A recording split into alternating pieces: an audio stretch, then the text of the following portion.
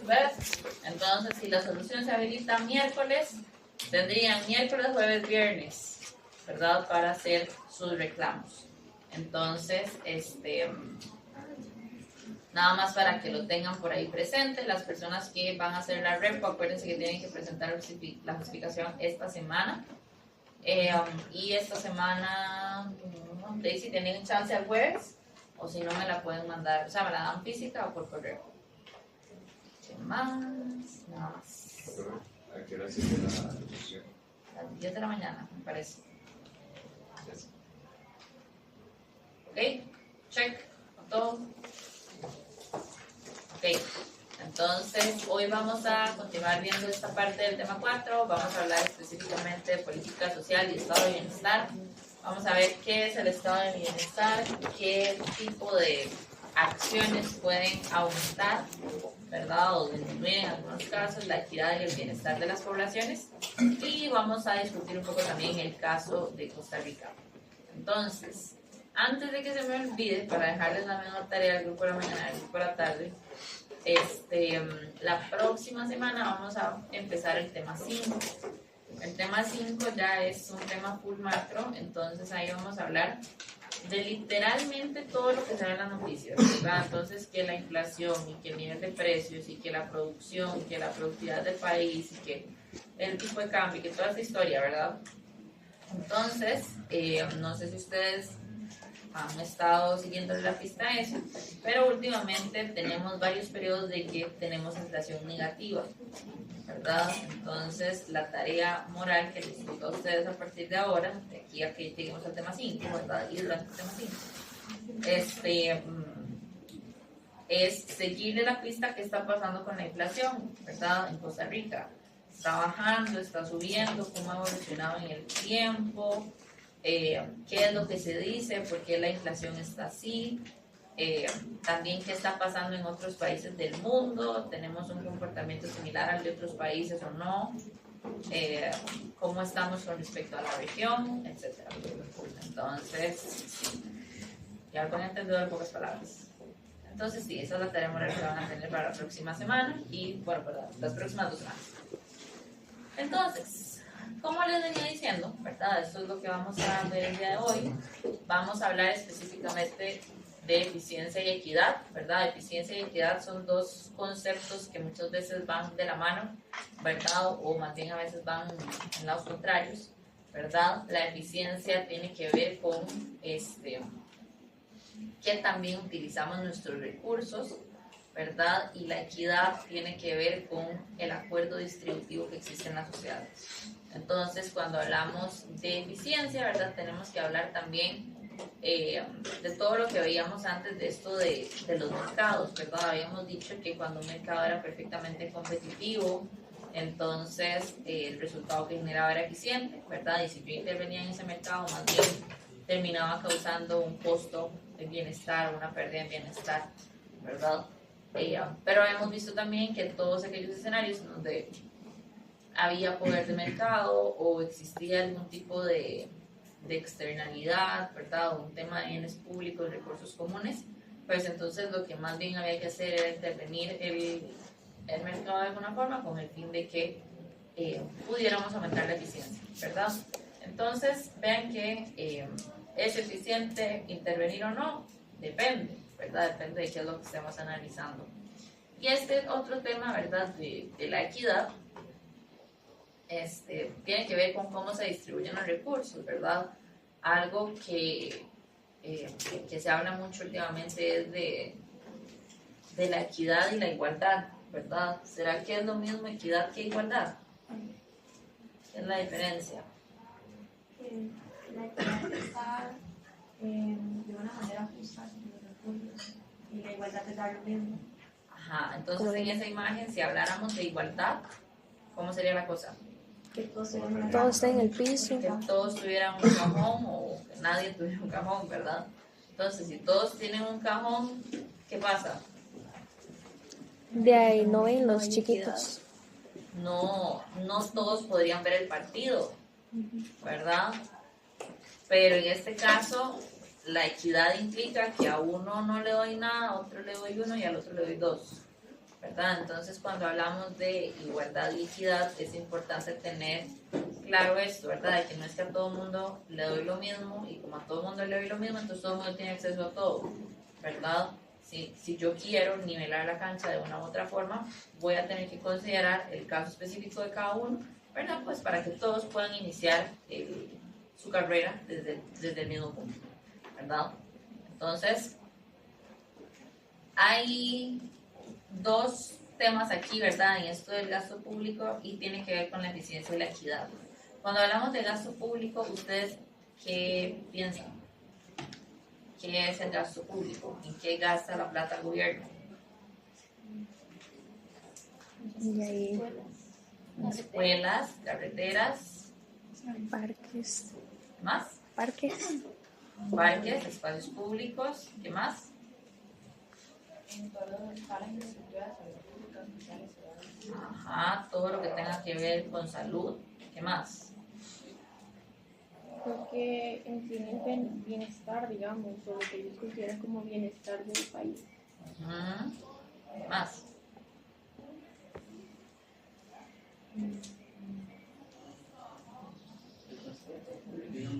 Seguridad. Trenes, seguridad.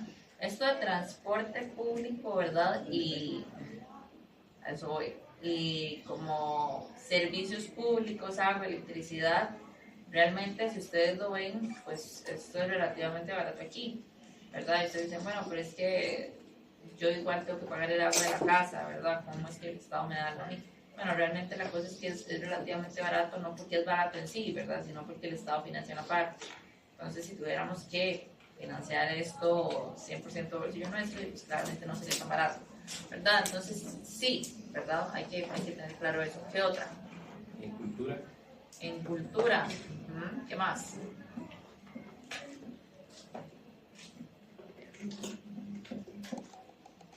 Educación, muy importante, ¿verdad? En la gasolina de los diputados y en los bocadillos de la Asamblea Legislativa y en cenas millonarias, ¿verdad? En todas esas cosas se gastan los recursos públicos. En algunos, bueno, el gasto público en general se justifica en dos casos específicos. El primero tiene que ver con la eficiencia, ¿verdad? Y es que en general en las sociedades existen ciertos bienes y servicios que la sociedad necesita sí o sí, ¿verdad? Entonces, si queremos que estos bienes y servicios se produzcan desde el punto de vista de la eficiencia, es necesario intervenir, ¿verdad? Entonces, todo este tema de todo aquello que genere externalidades positivas, ¿verdad? Por ejemplo, el caso de la educación.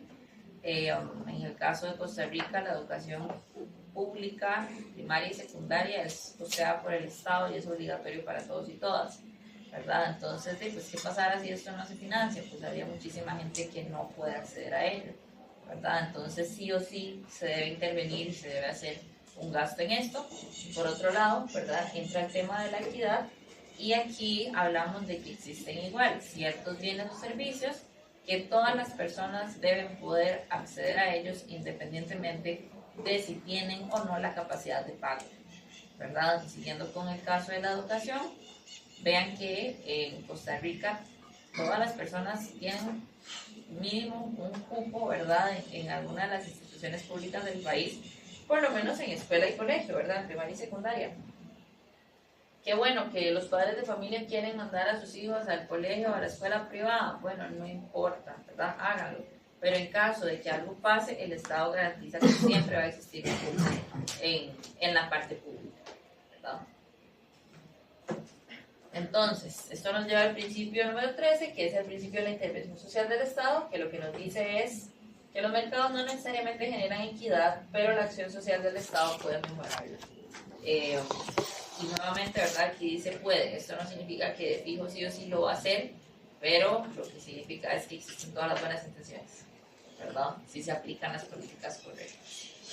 Entonces, en el estado de bienestar, ¿verdad? Cuando hablamos de un estado de bienestar, a lo que nos referimos específicamente es a aquella parte de los recursos que los países utilizan para invertir dentro de la sociedad, ¿verdad? Esta inversión social la podemos ver como todas aquellas cosas que mejoren la equidad, todas aquellas cosas que mejoren el acceso a oportunidades, y todo aquello que en general se traduzca en un impacto positivo en la vida de las personas, ¿verdad? En la vida del día a día.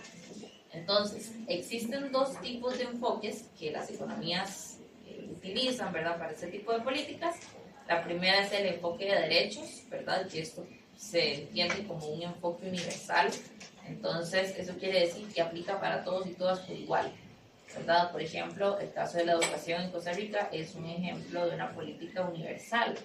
Todas las personas tienen acceso a la educación, independientemente si pueden o no pagar por ella. Primaria y secundaria, por lo menos, ¿verdad? Entonces, vean que esto aplica para todos y todas sin ningún tipo de discriminación.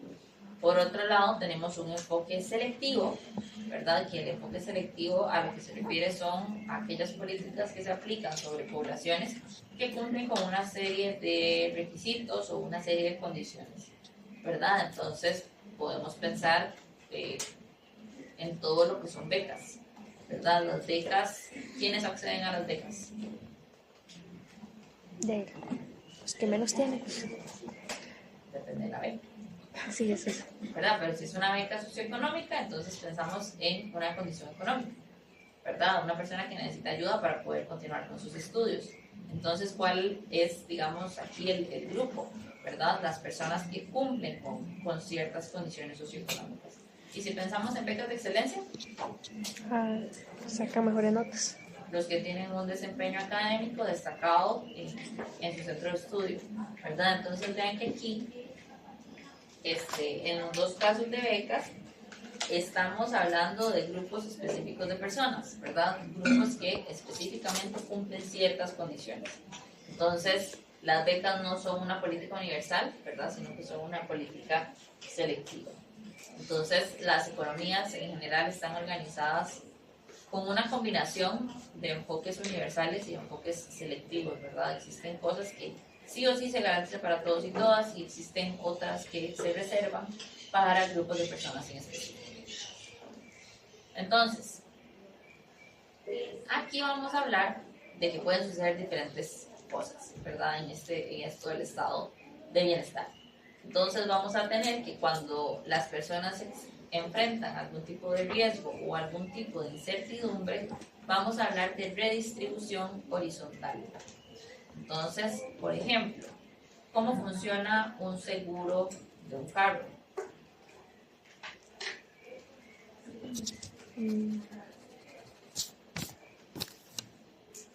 ¿Aló? Vamos, que ustedes tienen un carro y ese carro tiene un seguro. ¿Para qué les sirve a ustedes el seguro? Por si esto choca. Por si le pasa algo. ¿Y qué le puede pasar? Chocarlo. De todo. Se quedó varado. Se quedó varado, puede chocar, me pueden chocar, me lo pueden robar, me lo pueden rayar, me pueden hacer un montón de cosas, ¿verdad? Supongamos que todos tenemos carro, todos y todas tenemos aquí un carro y le compramos un seguro al carro. ¿Cuáles son las probabilidades de que nos roben el carro a todos? ¿Es imposible? Bueno, por ahí dijeron nula, ¿verdad? Realmente en estadística hay algo muy interesante. ¿Hay alguien de estadística? En estadística hay algo muy interesante y es que ellos dicen que las probabilidades 0 y 1 no existen. O sea, usted nunca puede asegurar que nada nunca va a pasar. Usted nunca puede decir esto nunca más va a pasar, porque no puede pasar. Y al mismo tiempo usted nunca puede decir esto de fijo va a pasar, porque muchas cosas pueden pasar. Entonces, las probabilidades nulas se argumenta que no existen, ¿verdad? Entonces, cuando alguien diga, no, yo nunca, mentira. O cuando alguien diga siempre, mentira, ¿verdad? Existen probabilidades ahí. Pero la probabilidad de que nos roben a todos el carro, pues yo me atrevo a decir que es bastante baja, ¿verdad? ¿Cuál es la probabilidad de que a una persona le roben el carro? Alta. Es posible. Bueno, yo esperaría que relativamente baja también, ¿verdad? Pero es definitivamente mayor que aquí a todos nos roban el carro, ¿verdad? Entonces, ¿cómo funciona el seguro cuando a esa persona le roban el carro?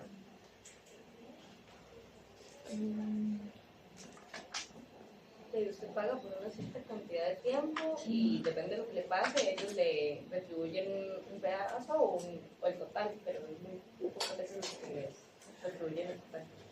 Ajá, ¿verdad? Entonces, este seguro funciona de la forma en la que usted paga todos los meses, ¿verdad? Y cuando a usted le pase algo, entonces el seguro lo cubre, parcial o totalmente, ¿verdad? Existen ocasiones en donde la gente paga un seguro por años y nunca pasa nada, ¿verdad? Y todo es maravilloso y la vida es perfecta.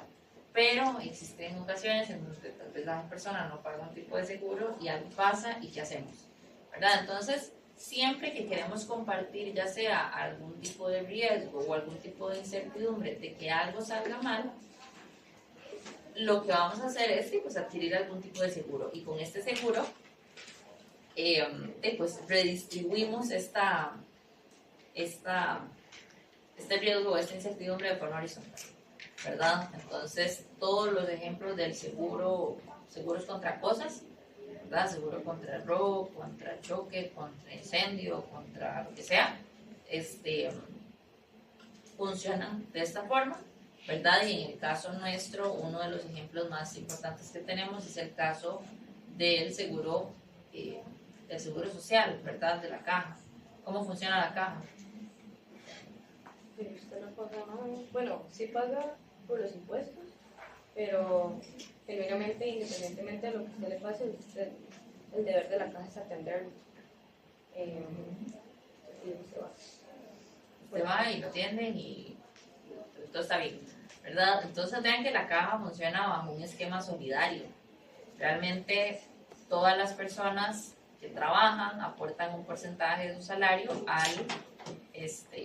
al seguro, ¿verdad? Entonces, muy probablemente cuando las personas están más jóvenes, se enferman menos, ¿verdad? Entonces, tal vez usted les da una gripe una vez al año y mal de panza cuando comieron mucho, pero fuera de eso, ustedes gozan de una salud bastante buena, ¿verdad? ¿Qué es lo que pasa? Que bueno, eso no va a ser así toda la vida. Cuando las personas van envejeciendo, van utilizando más los servicios de salud. Entonces, es un esquema solidario en qué sentido, en el que tal vez yo ahorita no lo necesito tanto, pero existen otras personas que sí. Y en el futuro, cuando yo lo necesite más, pues entonces, pues ahí me van a atender y eventualmente alguien también va a ser solidario o solidaria conmigo. Esto de que, bueno, pregunta, no les voy a adelantar, pregunta, ¿cómo funciona esto en Estados Unidos? No. Ahí, sí, creo que. Ajá, y ustedes, bueno, no es que ustedes trabajen e inmediatamente se aseguran, ¿verdad? Sino que ustedes tienen que comprar un seguro o una aseguradora. Bueno, incluso tienen que más bien postularse para un seguro. Tienen que aplicar para un seguro. Es decir, no es que usted va y dice, yo quiero este seguro y me lo compro. No, es que yo tengo que postularme, ¿verdad? Entonces yo presento todo mi historial clínico, todos mis ingresos, mis deudas, mis gastos, mis pertenencias, mis perros, mis gatos, Raimundo y todo el mundo. Presento todo esto y al final me dicen, vean, no, es que yo veo que usted tiene como probabilidades altas de enfermarse, entonces no, yo no le apruebo el seguro. Entonces usted tiene que ir a otra aseguradora, ¿verdad? Y en ese plan, hasta que por fin usted consigue un seguro. Una vez usted consigue un seguro, no es que el seguro le cubre todo, ¿verdad? No es que usted se compre ese seguro y ya usted va al hospital como si nada. No, el seguro le cubre una parte y usted debe cubrir la otra. Entonces, pues imagínense ustedes cuánto puede salir esto, ¿verdad? No sé si recuerdan en los tiempos de la pandemia en donde había una gran cantidad de imágenes en redes sociales de hospitales en Estados Unidos donde la gente se moría haciendo fila en la acera. No sé si recuerdan eso, ¿verdad? Eso, pues claramente, primero, los hospitales estaban abarrotados a nivel mundial y segundo, si usted en Estados Unidos no tiene un seguro, no importa si usted se está muriendo, no lo atienden, ¿verdad? Si usted no puede pagar, no lo atienden, incluso si eso le cuesta la vida. Entonces, vean ustedes que pues lo que tenemos aquí en Costa Rica es muy importante. ¿La caja es perfecta? No, ¿verdad? Está viendo de ser perfecta. ¿Qué problemas tiene la caja? Que cada vez se tienen menos hijos, entonces ya los viejitos de ahora ya van a recibir menos dinero por los jóvenes, pocos jóvenes que trabajan. ¿Sí? ¿Qué más? La crisis de los médicos especialistas, ¿verdad? Los médicos especialistas no tienen un salario justo, que claramente están migrando hacia otro lado. ¿Qué más? No abasto, hay listas de espera eternas. ¿Qué más? Hay una deuda muy grande. La caja está quebrada. Yo creo que debe mucha plata. La caja va a llegar a estar quebrada en algún momento.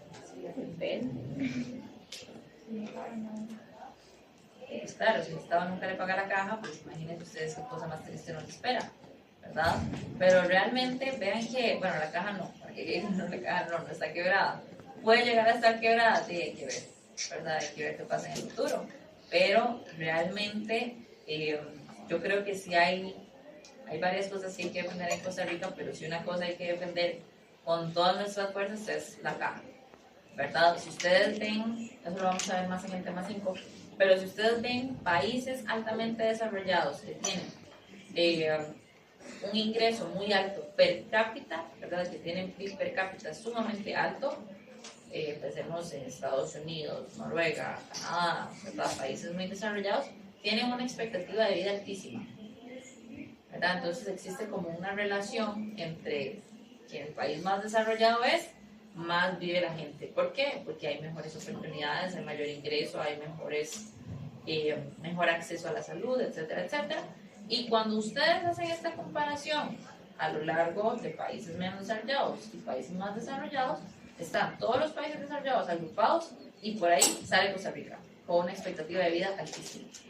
Entonces, ¿cómo se explica que Costa Rica no es un país altamente desarrollado ni millonario como estos otros, pero tiene una expectativa de vida altísima? La caja. Que tenemos un sistema de salud que funciona, bueno, puede funcionar mejor, ¿verdad? Pero es un sistema de salud que funciona muy bien, ¿verdad? Y que cubre gran parte de nuestras necesidades. Entonces, próximamente, cuando haya que salir a marchar y a defender el FES, ¿verdad? Aprovechemos también para defender la caja y la deuda que tiene el Estado, ¿verdad? Que no podemos hacernos los locos y decir, no le pagamos, ¿verdad? Hay que asumir esa deuda.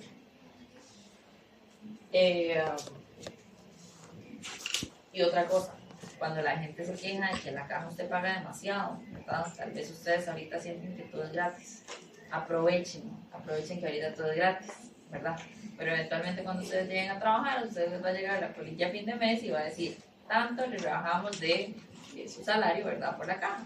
Y les anticipo que entre más plata ganen, más les van a rebajar, ¿verdad? Entonces no sé si ustedes recuerdan este video muy famoso que salió en TikTok de la que se quejaba y que pagaba 90.000 a la caja. Bueno, si no lo recuerdan, búsquenlo, pongan ahí 90.000 caja, fijo les va a salir. Con 90.000 ustedes no pagan nada en términos de sistema de salud, o sea, algo les pasa y no les alcanza ni para la ambulancia, ¿verdad? Entonces realmente es módico lo que uno paga versus lo que uno puede obtener cuando accede a los servicios de la caja, ¿verdad? Entonces, esto es en cuanto al riesgo de la incertidumbre. Cuando enfrentamos desigualdad, vamos a hablar de redistribución vertical. Y como su nombre lo indica, la redistribución vertical implica que trasladamos ingresos de aquellos sectores más adinerados que más tienen y lo trasladamos a aquellos sectores que menos tienen. Ahora, esto no es, digamos, no siempre es un traslado monetario total, no siempre es yo le quito plata a estos y se la doy a estos, porque primero eso no funciona así. Y segundo, en economía hay una cuestión muy interesante que se llama efecto ingreso y efecto sustitución, que lo que a grandes rasgos, ¿verdad? Lo que dice es que cuando usted hace esto, ¿verdad? Usted le da la plata a la gente para que la gente haga algo, no necesariamente va a hacer lo que debería hacer con ese algo. Por ejemplo, si usted agarra una porción del ingreso de las personas más adineradas y se lo da a las personas más pobres para que arreglen la casa, eso no significa que todos lo van a hacer, ¿verdad? Porque tal vez la prioridad entre arreglar las goteras del techo y comer tal vez la mayor prioridad en ese momento es comer, ¿verdad? Entonces, por eso mucha de esta redistribución vertical no se da como una transferencia directa de dinero. ¿Cómo se llama eso? Efecto, ingreso y sustitución. Efecto, ingreso y sustitución. Entonces, por eso es que muchas de estas transferencias se dan de forma de servicios, ¿verdad? Entonces, cuando ustedes escuchan esto de que, ay, ¿por qué? ¿Verdad? Porque el mejor ministro de Hacienda del mundo dijo que ¿por qué no repartíamos el PES? ¿Verdad? Que ¿por qué no agarramos el PES, le damos a todos un poquitico de plata y que cada quien decidiera qué era lo que quería estudiar? Bueno, no, jamás, ¿verdad? Primero, no les va a alcanzar. Y segundo, la gente no termina haciendo lo que debe hacer o lo que se intenciona que haga con ese dinero. Entonces, algunos ejemplos de redistribución vertical. El ejemplo por excelencia, ¿verdad? La educación pública. Vean que la educación pública, hablemos de primaria y secundaria, es algo universal, ¿verdad? Todas las personas en Costa Rica tienen acceso a la educación pública. Pero ¿esto a quién beneficia en mayor medida?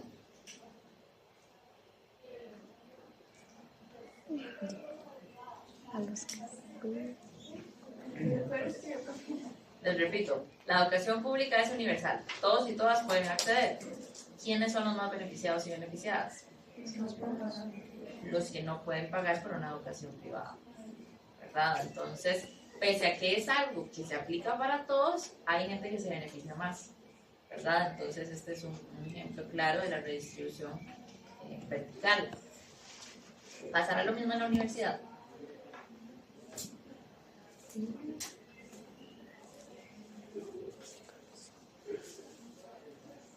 No nos vayamos muy largos. ¿Pasará lo mismo en la OCR?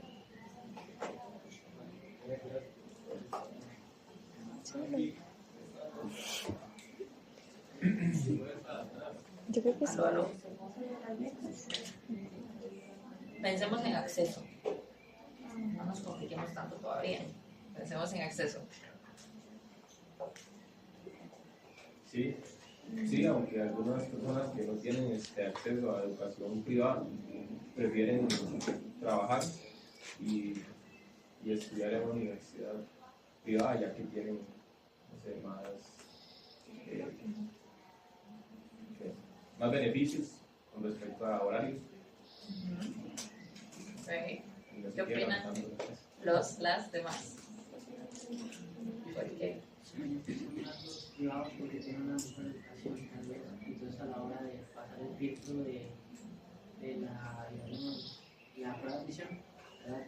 Tienen más oportunidad los que estudian en escuelas, colegios privados y públicos. Okay.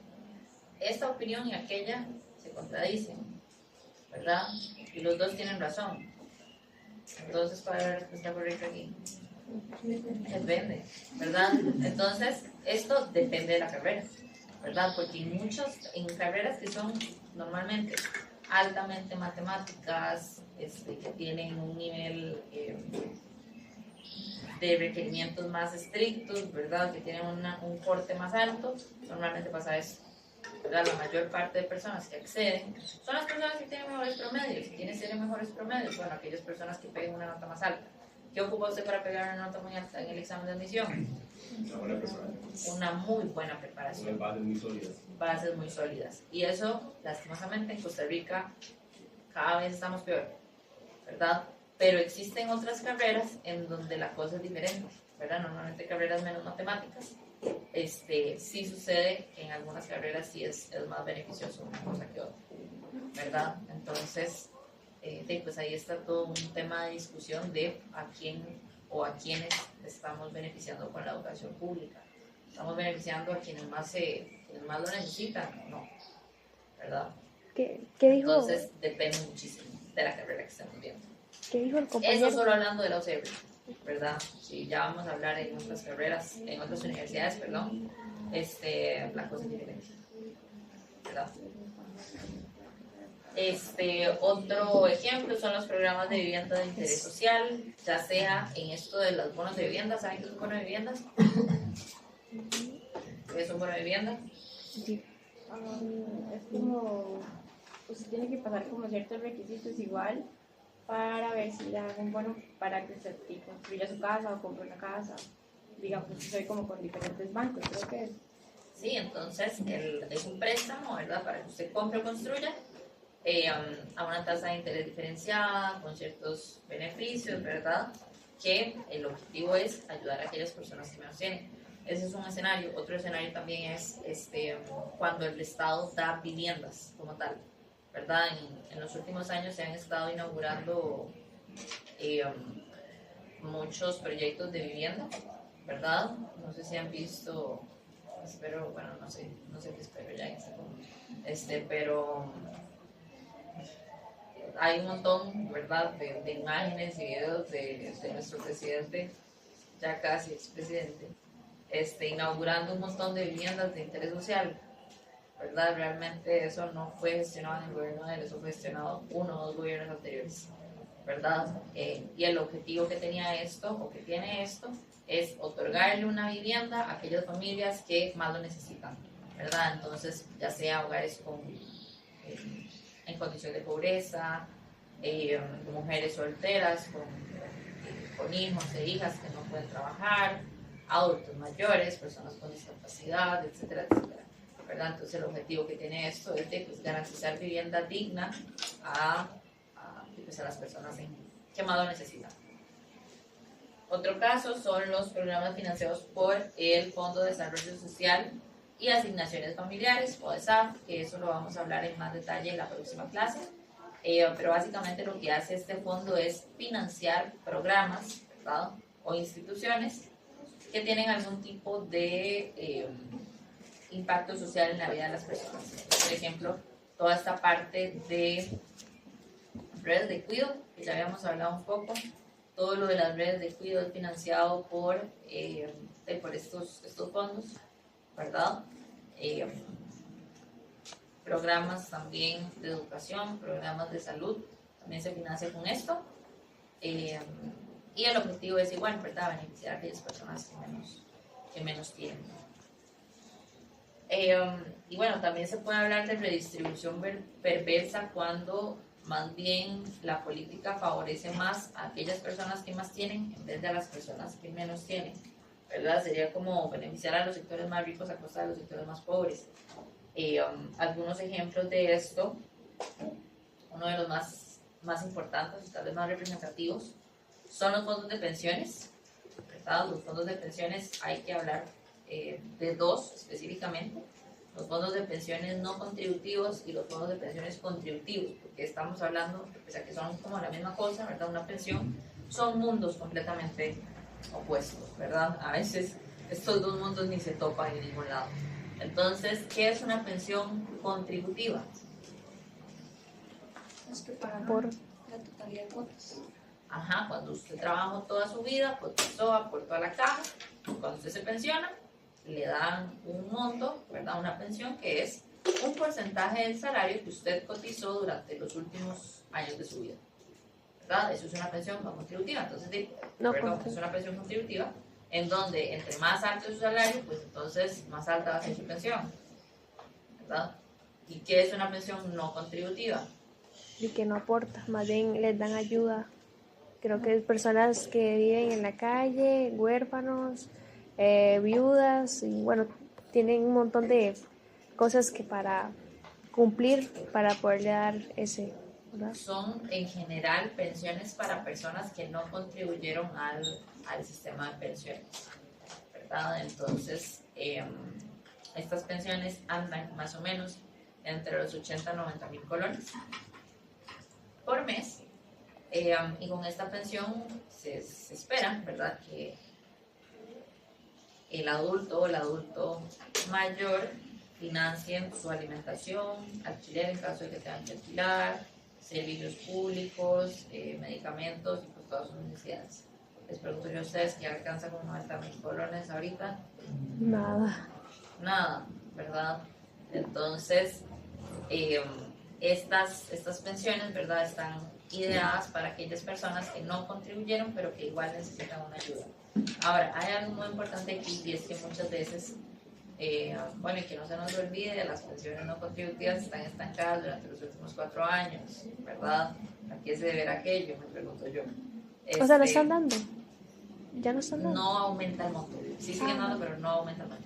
Ah. No hay presupuesto. No hay presupuesto.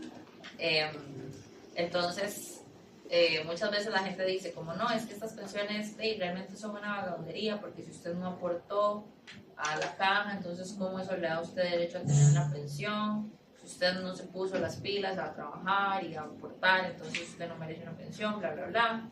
Y yo les digo, muchas de estas personas que acceden a este tipo de pensiones son personas que durante toda su vida trabajaron, nada más que trabajaron ya sea en un sector informal o en una actividad muy rudimentaria. Por ejemplo, una persona que trabajó en el campo toda su vida y no aportó a la caja significa que no trabajó. Una mujer que se dedicó a criar a todos sus hijos y a atender a su esposo y a sus padres, no trabajó. Digo, sí trabajo. Trabajó, ¿verdad? Nada más no trabajó de una forma remunerada. Entonces, ¿es justo que estas pensiones sean tan bajas? Y pues claro que no.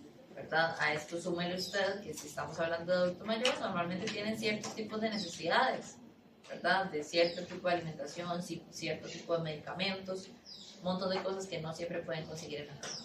Entonces, cuando hablamos de esto de pensiones, pues es todo un tema, ¿verdad? Mucha gente dice, es que es justo que si yo trabajé mucho y tuve un ingreso bastante alto durante mi vida, yo me pensione con un buen monto, ¿verdad? Y a eso yo digo, claro, ¿verdad? Usted tiene derecho a eso.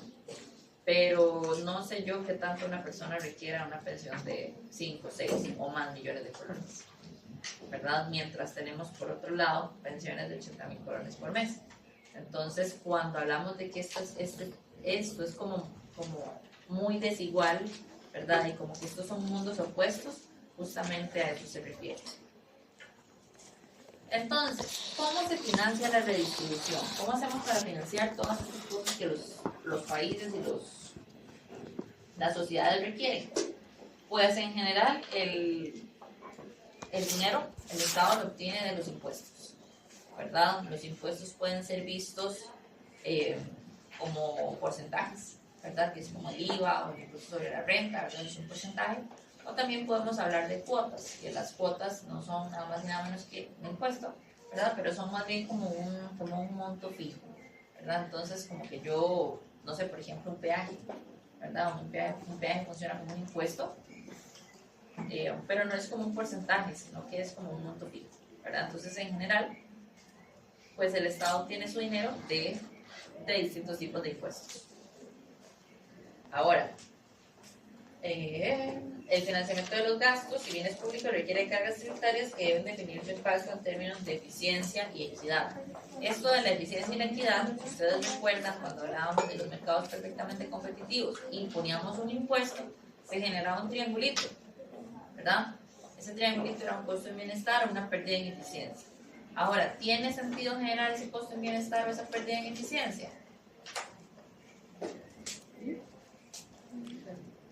Pues depende, ¿verdad? Si yo voy a usar ese dinero para, no sé, construir carreteras privadas en Gandoca Manzanillo o en Papagayo, pues capaz que eso no tenga mucho sentido, ¿verdad? Pero si yo utilizo ese dinero para construir hospitales y escuelas, pues capaz que eso sí tiene más sentido, ¿verdad? Entonces, cuando hablamos de definir el impacto de eficiencia y equidad, más o menos lo que se refiere es, ¿tiene sentido para la sociedad, para el bienestar de la sociedad, realizar esto o no?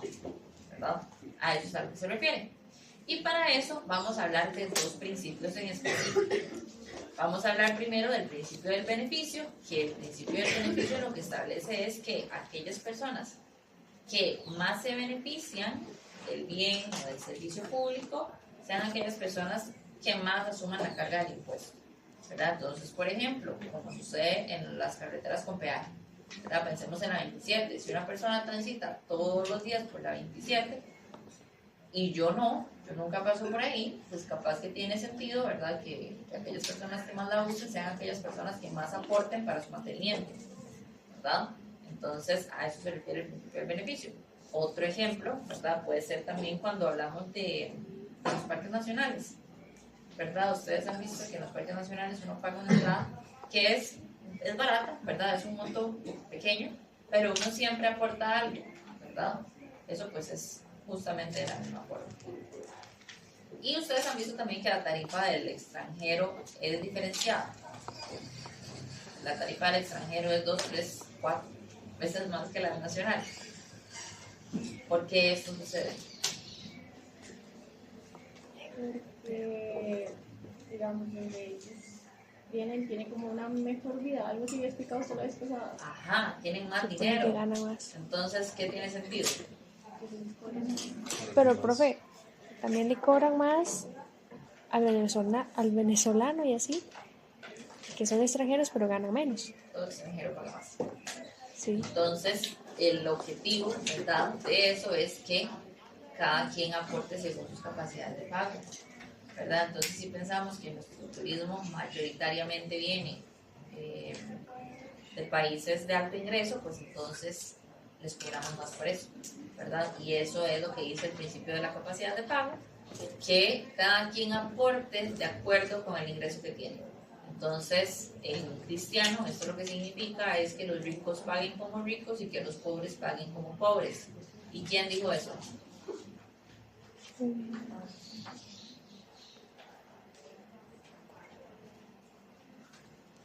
Todos y todas fueron al colegio, entonces esto no puede ser que sea la primera vez en su vida que lo escuchen. Tal vez ya no se acuerden, pero no es nuevo. Yo me acuerdo de una como AMSI, pero creo que no es muy bien. No.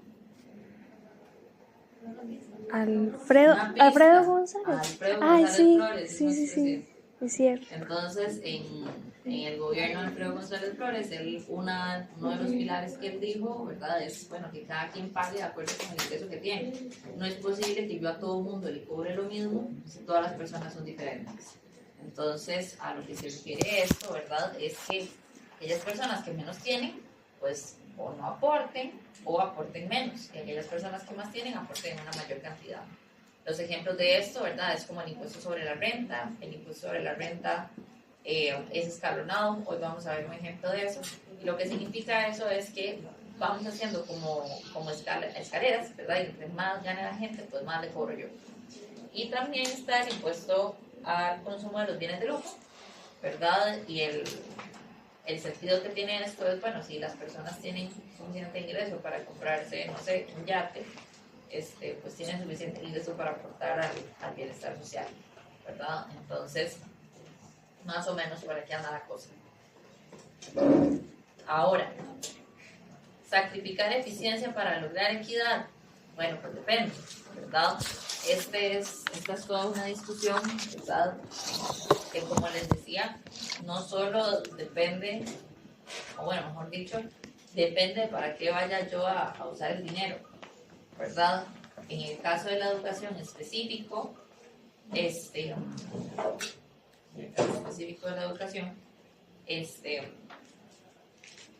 Estado financia la educación de ustedes hoy. ¿Y cuándo ve los resultados? ¿Cómo? Profesionales que ayuden a desarrollar el país. Ajá. ¿Cuándo? O sea, que hace ahí Cuando trabajamos. No, ya 4, 5, 6, 7. ¿Verdad? Entonces, ¿cuándo se ven los resultados de este financiamiento que está haciendo el Estado hoy? Cuando Entonces, trabajemos. se gradúen de aquí, empiecen a trabajar, empiecen a tributar y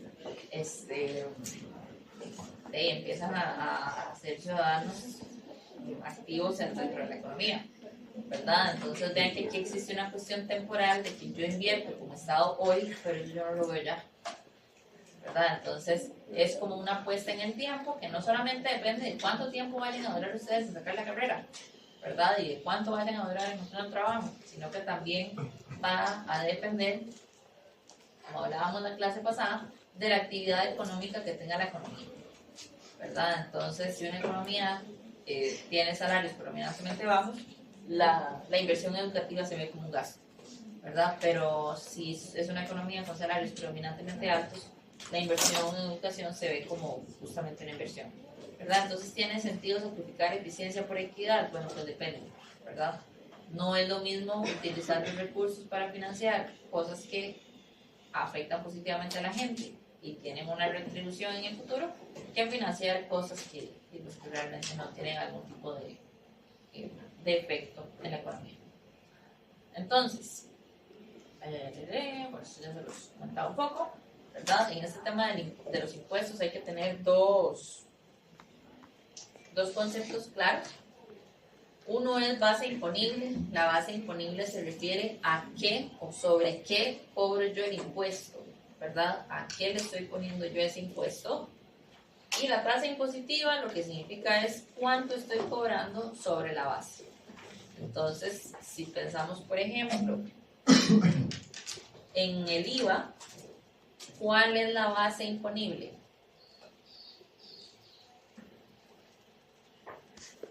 ¿A qué le cobro yo el impuesto? Al precio de o del servicio, ¿verdad? Entonces, la base sería el precio del bien o del servicio al que yo le estoy cobrando el impuesto. ¿Y cuál sería la tasa impositiva? Ajá, ¿qué puede ser? 13%, en algunos casos un 1%, ¿verdad? Entonces, la tasa puede ser de dos tipos, la tasa puede ser fija o plana, en cuyo caso la tasa no cambia, es decir, es la misma para todos, ¿verdad? Entonces, en el caso del IVA, ¿verdad? Le cobro un 13% al jabón en polvo y le cobro también un 13% al servicio del dentista, ¿verdad? Es lo mismo para todos los que pagan 13%. O puede ser también una tasa variable, que la tasa variable varía, depende del ingreso, varía de una cosa u otra. Por ejemplo, el ingreso, ¿verdad? El impuesto sobre la renta, varía según el ingreso de la persona, ¿verdad? Entonces, es variable. Y bueno, los ejemplos de esto, ¿verdad? Del IVA y sobre la renta. Y sí, hasta acá, ¿alguna duda, consulta, queja?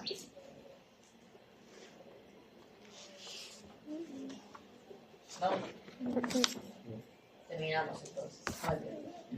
Pero ya casi. Ya casi. En general existen muchos tipos de impuestos, ¿verdad? Existen los impuestos sobre el consumo, las ventas, el valor agregado, existe el consumo sobre el impuesto, sobre la renta personal o de las sociedades, ¿verdad? Entonces existen los impuestos de renta sobre las personas físicas, que son las personas comunes y silvestres, o existen también los impuestos sobre las personas jurídicas, que son sociedades o empresas, ¿verdad? Existe también el impuesto sobre la propiedad y existe también el impuesto sobre la riqueza, entre otro montón. Entonces, en el caso de Costa Rica, ¿cuáles imaginan ustedes que son los más importantes? Más importantes en términos de un mayor porcentaje de ingresos que el Estado recauda. Propiedad, ustedes dicen que recauda mucho. Consumo, renta. Hagan un top 2. Elijan 2. Consumo, ¿qué otro?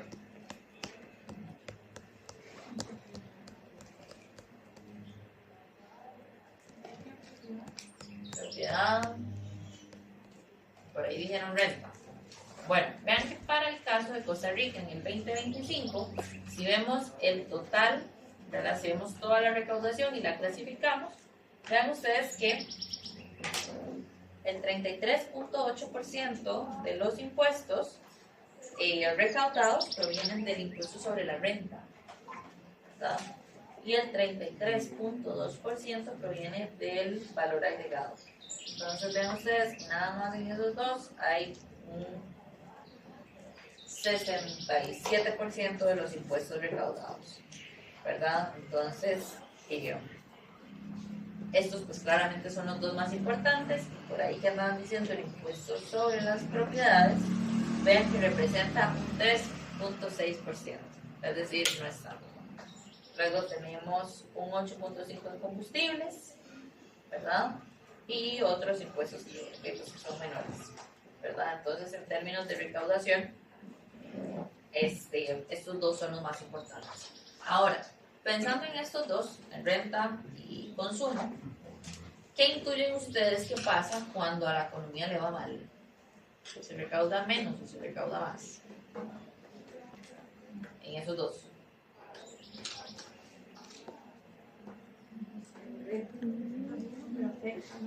En la época de vacas flacas, ¿se recauda más o menos dinero?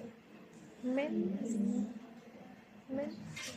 En las épocas de vacas flacas, ¿la gente compra más o menos? Menos. Entonces gasta menos.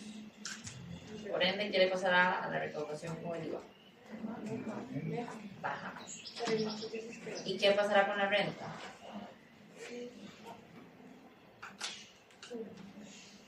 Menos también, ¿verdad? Normalmente cuando la economía va mal, empiezan a perder empleos. Si empiezan a perder empleos, entonces pues, hay menos bases de donde cobrar ese impuesto. Y pregunta, ¿cuándo ocupa más la gente? ¿Dónde se disparan las ayudas sociales? ¿Cuando la economía va bien o cuando la economía va mal? Cuando va mal, ¿verdad? Entonces vean ustedes qué problema. Cuando más necesitamos es cuando menos tenemos, ¿verdad? Entonces, eso lo vamos a discutir un poco más en detalle en la próxima clase. Pero, para que vayamos pensando en eso. Entonces, hay tres tipos de impuestos dependiendo de cómo se establezcan, ¿verdad? Vamos a tener en primer lugar los impuestos progresivos, que estos son cuya cuantía aumenta menos que proporcionalmente al ingreso de quien lo paga, ¿verdad? Entonces, estos, cada persona va a pagar la misma proporción de su ingreso. Claramente las personas que más tienen pues van a pagar más porque tienen más ingresos, pero todas las personas pagan más o menos la misma proporción, ¿verdad? Entonces, un ejemplo de esto puede ser, por ejemplo, el caso del marchamo. ¿De qué depende el marchamo? El valor del vehículo. Del valor del vehículo. Entonces, un carro del año paga lo mismo que un carro del 90. ¿Quién paga más? Depende de cuál es el carro del 90 que estamos hablando, ¿verdad? Pero en la mayoría de escenarios, el que va a pagar más es el más nuevo, ¿verdad? ¿Por qué? Porque es más caro. Entonces, esto del marchamo, pues depende del valor del vehículo, ¿verdad? Entonces, esto tiene sentido cobrarle 10,000 pesos de marchamo a todos y todas. Y pues no, ¿verdad? Porque aquellos carros que son nuevísimos y que están súper, pues entonces van a terminar pagando prácticamente nada en comparación con aquellos carros más viejitos, ¿verdad? Entonces, este es un caso. Por otro lado, tenemos el caso de los impuestos regresivos, que en esto más bien esta cuantía aumenta menos que proporcionalmente al ingreso de quien lo paga. Toquecito.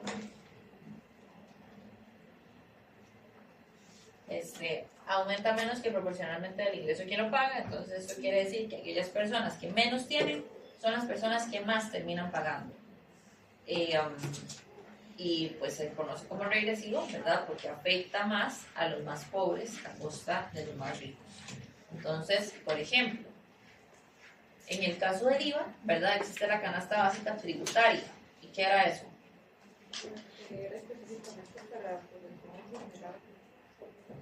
Ay, ¿qué había ahí adentro? ¿Qué había en esa canasta? Lo que se consume básico, arroz y eso, ¿no? Ajá. Frijoles. El consumo de las familias Pobres. de menor ingreso, Sí. ¿verdad? ¿Y cuánto pagaban? ¿Cuánto se paga en la canasta básica tributaria? 1%, ¿verdad? ¿Qué hubiera pasado o qué pasaría si todos los bienes por igual pagaran un 13% de IVA?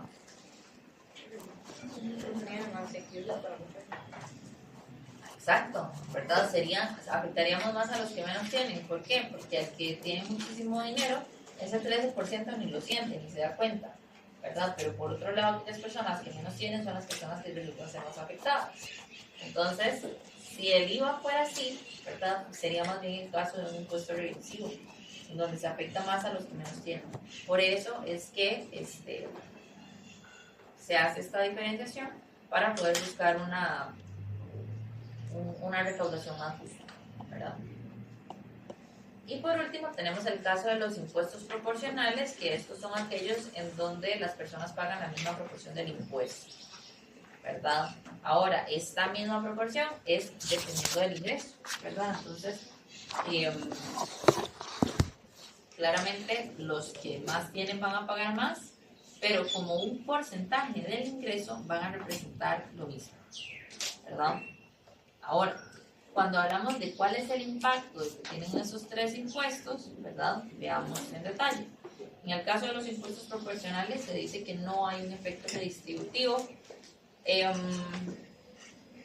precisamente porque yo le estoy cobrando a todos más o menos lo mismo en términos de su ingreso, ¿verdad? Entonces como que a todos les estoy quitando un poquito, sí, pero ese poquito que yo les quito depende del ingreso de cada quien, ¿verdad? Entonces es un poquito justo, digámoslo de alguna forma. Por otro lado están los impuestos regresivos, y aquí más bien se discute que el efecto es negativo, tiene un efecto redistributivo negativo, porque yo afecto más a quienes menos tienen, a costa de los que más tienen.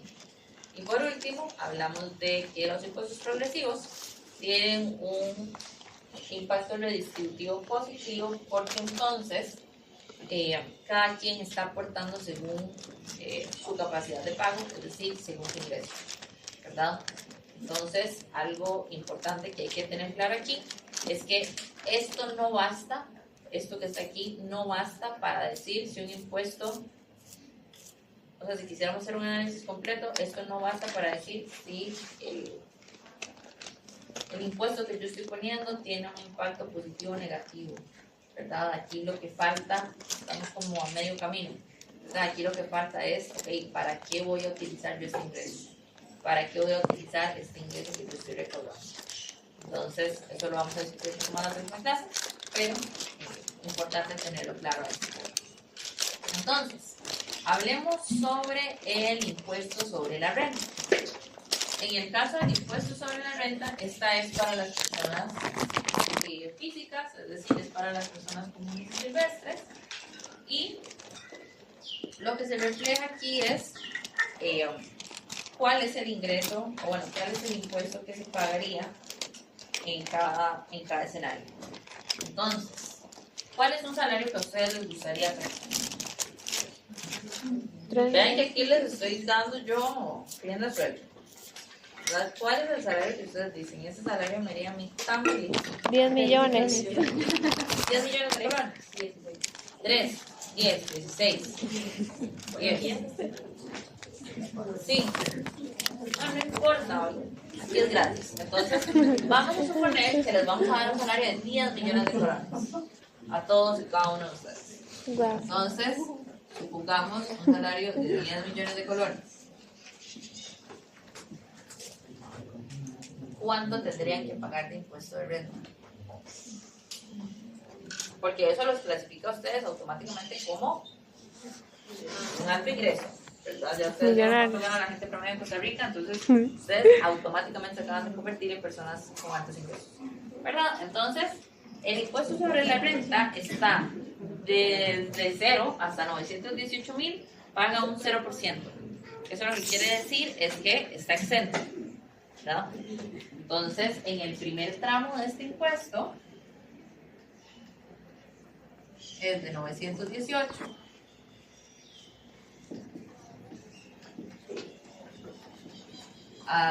bueno, desde 0 hasta 0%, perdón, desde 0 hasta 918 va a pagar un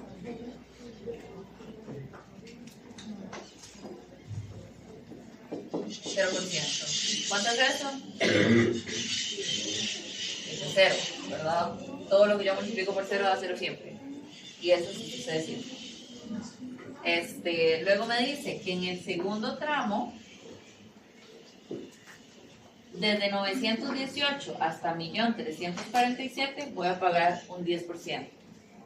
Entonces, de 1.000.000 347 hasta 918 se paga un 10%. ¿Cuánto es esto?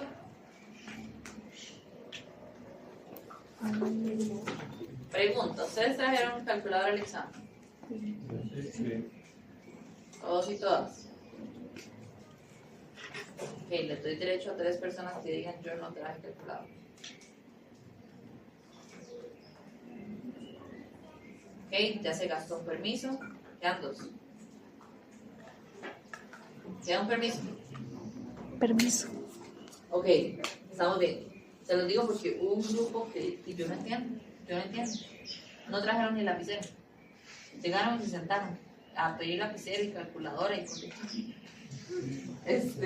Pero bueno, que dicen que ustedes sí lo hicieron. Entonces, para este primer examen la cálcula ocupaba un poquito. Para el segundo la van a ocupar un poquito más. Entonces, es importante que yo fijo siempre la hambre. Entonces, ¿cuánto da este de aquí? 0,1. No, 0,01. esto de aquí. Voy.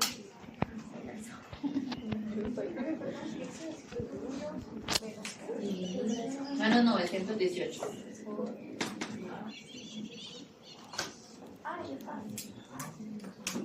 ¿Cuánto da eso?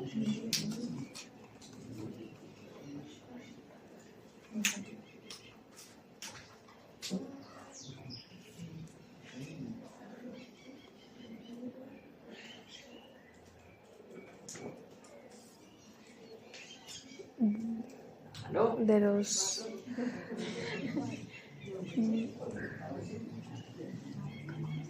De los dos, me dio 42. ¿Te digo cuánto? 42,000, no sé. No, creo que lo hice mal. Más o menos da ese, pero sí hay algo mal. Sí. No, algo les dio mal. Pero, Esto, 1.347.000 menos 918, todo esto por el 10%. ah, ¿Cuánto es eso? voy. 42.900. ¿Seguros?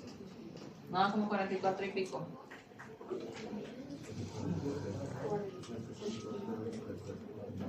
Bueno, voy a confiar en ustedes, cualquier cosa lo corrige. 44.900. Ahora, en el tercer tramo, vean que es de 1.347.000 hasta 2.364.000.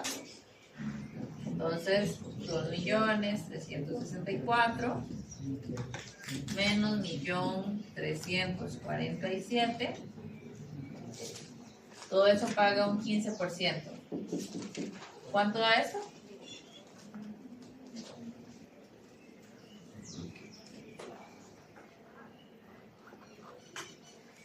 voy. Da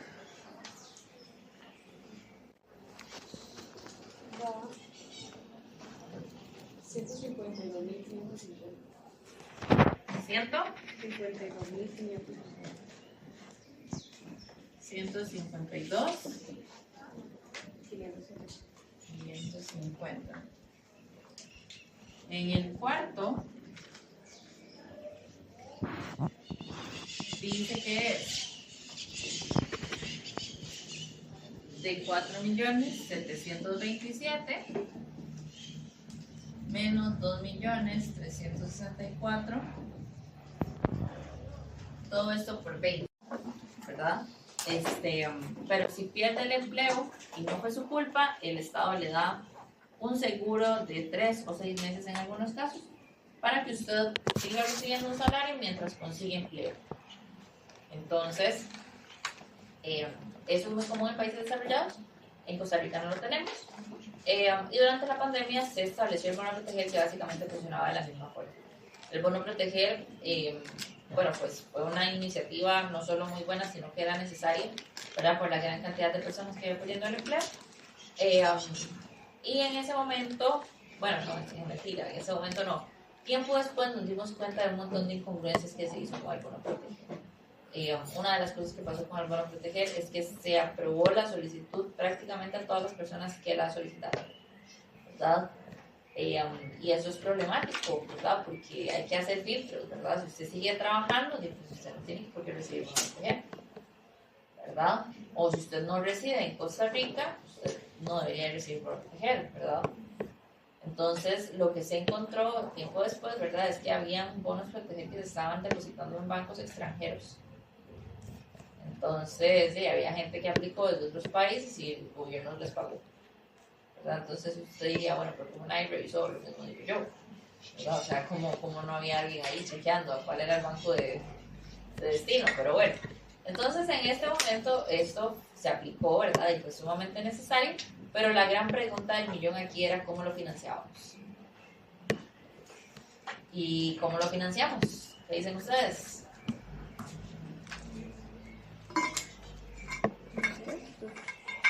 Con impuestos, ¿verdad? Los estados se financian grandemente de dos formas, con impuestos o con deuda.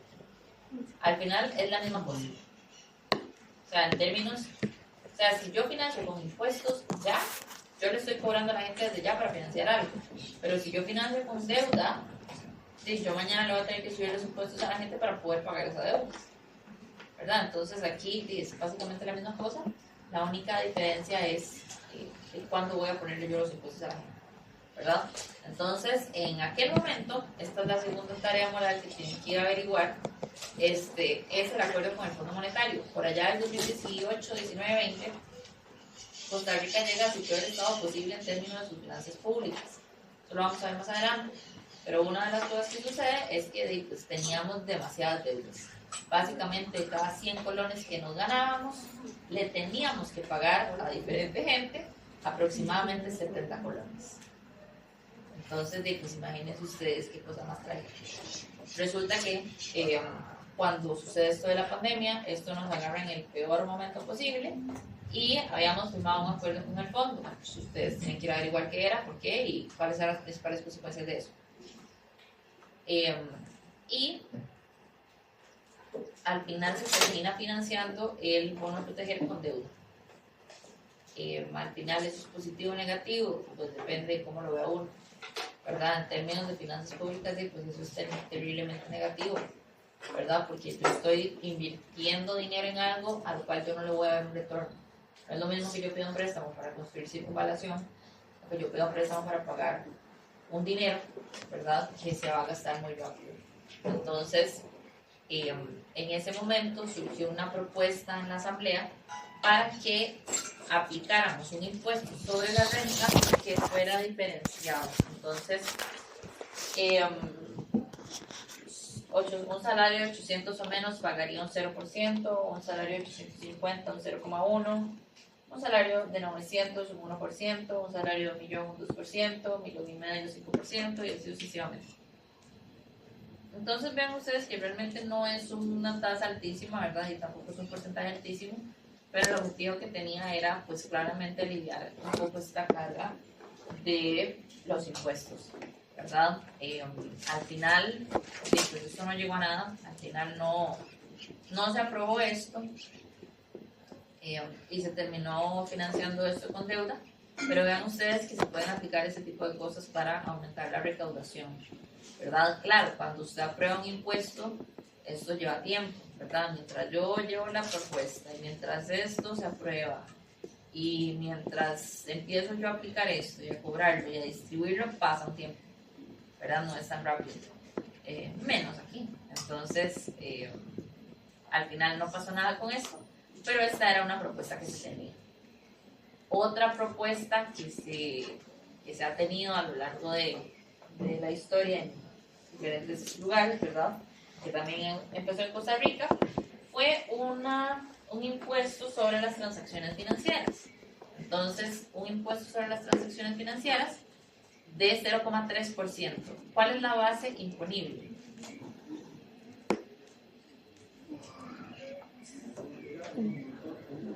El monto de la transacción, ¿verdad? Y la base, la tasa, ¿verdad? Es un 0,3%. Entonces, si ustedes hacen un simple, ¿verdad? Esta es una base gigantesca, ¿verdad? Porque todas las transacciones financieras, ¿verdad? Son los traslados de una cuenta a otra, de un banco a otro, el SIMPE móvil, ¿verdad? Todo esto. Imagínense ustedes la cantidad de transacciones financieras que se hacen al día. Entonces, si ustedes le hacen un SIMPE de 1.000 colones a su hermano o a su hermana, ¿cuánto tienen que pagar de impuesto? 0,3%. 0,3%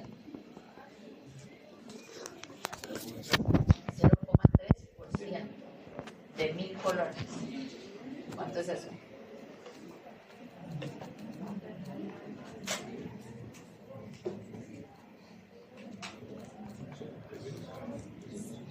No, es 0,03. 0,003. Sería 30,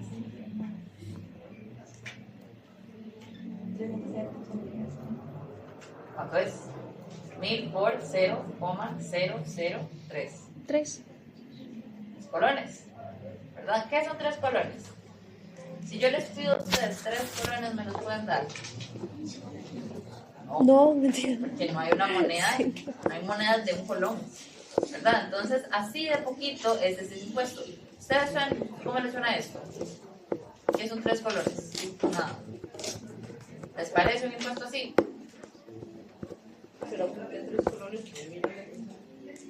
Exactamente, ¿verdad? Si usted lo piensa en el SIMPE móvil que usted le va a hacer a su hermano o a su hermana, y pues no es nada, ¿verdad? Ni siquiera le pueden poner a ustedes en una moneda, no es nada. Pero ¿qué pasa si ustedes son los dueños de una empresa? ¿Cuánto equivale el 0,03% de miles de millones de colones? Ahí ya la cosa no es tan poquita. Entonces, el problema que tiene este tipo de impuestos es que, bueno, la verdad que tienen es que usted puede cobrar una tasa ridículamente baja, que no importa porque la base imponible es gigantesca, entonces al final usted va a recaudar un montón de plata, ¿verdad? ¿Cuál es el problema que tiene esto? Que el incentivo de la gente aquí, ¿cuál es? Si ustedes no quieren pagar este impuesto, ¿qué hacen? ¿Pagar efectivo? Pagan en efectivo, ¿verdad? Entonces, esto lo que hace a la larga es reducir la bancarización.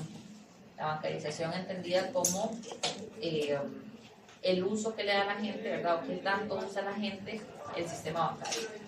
Entonces, pues esto a la larga tiene otro montón de problemas, ¿verdad? Uno de ellos es la trazabilidad del dinero. Cuando hablamos de transferencias bancarias, usted puede trazar, usted puede seguir esa plata. Salió de esta cuenta, llegó a esta, llegó a aquella, se fue a la otra y así sucesivamente. Cuando usted tiene efectivo, usted no puede hacer eso. Entonces, si ustedes son personas trabajadoras que todos los meses les depositan la misma cantidad de dinero en la misma cuenta, yo como banco digo, y claro, gracias al salario que le están pagando. Pero si yo no tengo trabajo, no tengo ni oficio ni beneficio, y todos los días tengo, bueno, todos los meses tengo una transacción de 10 millones de colones, ¿no será eso como un poco extraño? ¿Verdad? Me suena raro. Entonces, este tema de la trazabilidad es muy importante y esta es una de las grandes razones por las cuales este tipo de impuestos ya no se utilizan o no se utilizan del todo. Eso por un lado. Y por otro lado, estamos viviendo en una época en donde la gente cada vez utiliza menos efectivo. Yo estoy 100% segura que yo les pregunto a ustedes hoy, ¿quiénes andan cero efectivo? Y va a salir más de una persona que anda cero efectivo. Pero ¿Me equivoco? ¿Hay alguien que anda cero efectivo en este momento? ¡Ey! ¡Ven! ¿Verdad? Antes, eso no sucedía así. ¿Y por qué ustedes pueden andar cero efectivo? Bueno, porque les aceptan tarjeta en prácticamente a todo lado. Incluso están los buses. Recomendación, echen 1,000 pesos ahí, metidos en el bolso, por si algún día la tarjeta no les pasa y se tienen que volver a su casa. ¿Verdad? ¿Cómo van a hacer? No vaya a ser que algo así les pase. Profe, Entonces, no entendí esa parte de, o sea, más bien si se trabaja en efectivo no se va a poder ver esa... la trazabilidad. Ajá, y más bien no sé, la policía, yo no sé qué es lo que ve la policía, no puede ver eso. Puede ser peligroso, digamos, porque suelen aumentar las transacciones fraudulentas, ¿verdad? Entonces, entre más bancarizada está una sociedad, es mejor. Eventualmente vamos a llegar a hablar de eso, pero más o menos por ahí anda la cosa. Entonces, esta fue una propuesta que se utilizó, digamos, para financiar esto del bono a proteger. Al final no llegó a nada, pero no por ineficiencia, sino porque genuinamente no era una buena idea. Entonces, vamos a quedar acá por la clase de hoy. Recuerden las 2 tareas morales que tienen. Y la otra muy importante, el jueves vamos a hacer una actividad de puntos extra. Entonces, para que estudien para el jueves. Y nos vemos el jueves. Tema